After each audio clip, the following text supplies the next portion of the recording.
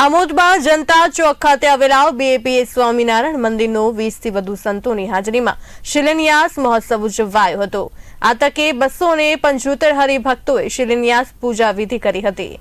ધારાસભ્ય DK સ્વામી પણ ખાસ ઉપસ્થિત રહ્યા હતા અને મંદિરના શિલાન્યાસ વિધિમાં ભાગ લઈને ધન્યતા અનુભવી હતી। મંદિરના કોઠારી ભાગ્યસેતુ સ્વામી પ્રમુખ સ્વામી મહારાજની 40 વર્ષ સુધી સેવા કરનાર નારાયણ ચરણ સ્વામી ધર્મચરણ સ્વામી સહિતના સંતોએ આશીર્વચન પાઠવી લોકોને ભક્તિમાં તરબોળ કર્યા હતા।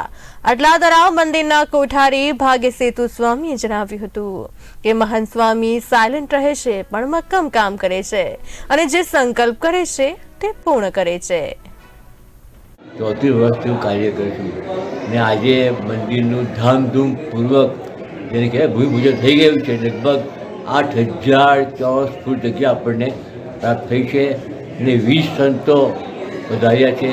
લગભગ 1000 હરિભક્તો પણ અહીંયા ઉત્સવમાં સામેલ થયા, મહાપૂજાનો લાભ લીધો ને હવે ભોજનનું કામ ચાલુ છે।